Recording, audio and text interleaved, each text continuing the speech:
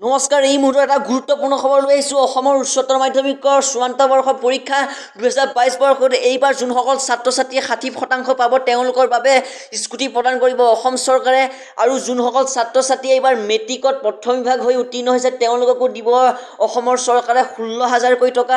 তোমালোকে নিশ্চয়কৈ ভিডিঅ'টো শেষলৈকে চাই যাবা, স্কিপ নকৰিবা। তোমালোকক মই সকলোখিনি কৈ দিম। কিতাপ কিনিবৰ বাবে অসমৰ মুখ্যমন্ত্ৰী ডক্টৰ হিমন্ত বিশ্ব শৰ্মাই সকলো ছাত্ৰ ছাত্ৰীকে 1,000 টকা দিব। আৰু তোমালোকে 1,000 টকাটো কেনেদৰে লাভ কৰিবা তোমালোকক মই সকলোখিনি কৈ দিম। তোমালোকে নিশ্চয়কৈ ভিডিঅ' লাইক এটা কৰি দিবা। আৰু তোমালোকে যদি চেনেলটো প্ৰথম হৈছে তেনেহ'লে চেনেলটো ছাবস্ক্ৰাইব কৰি নটিফিকেশ্যন বেলটো অল কৰি ৰাখিবা, যাতে আমি দৈনিক দিয়া ভিডিঅ'সমূহ তোমালোকৰ ওচৰত পাই থাকে। তোমালোকে নিশ্চয়কৈ ভিডিঅ' লাইক এটা কৰি দিবা। তো বোলা আজি ভিডিঅ'টো আমি আৰম্ভ কৰোঁ। লেপটপৰ সলনি এইবাৰৰ পৰা লাভ কৰিব সকলো ছাত্ৰ ছাত্ৰীয়ে নগদ ধন।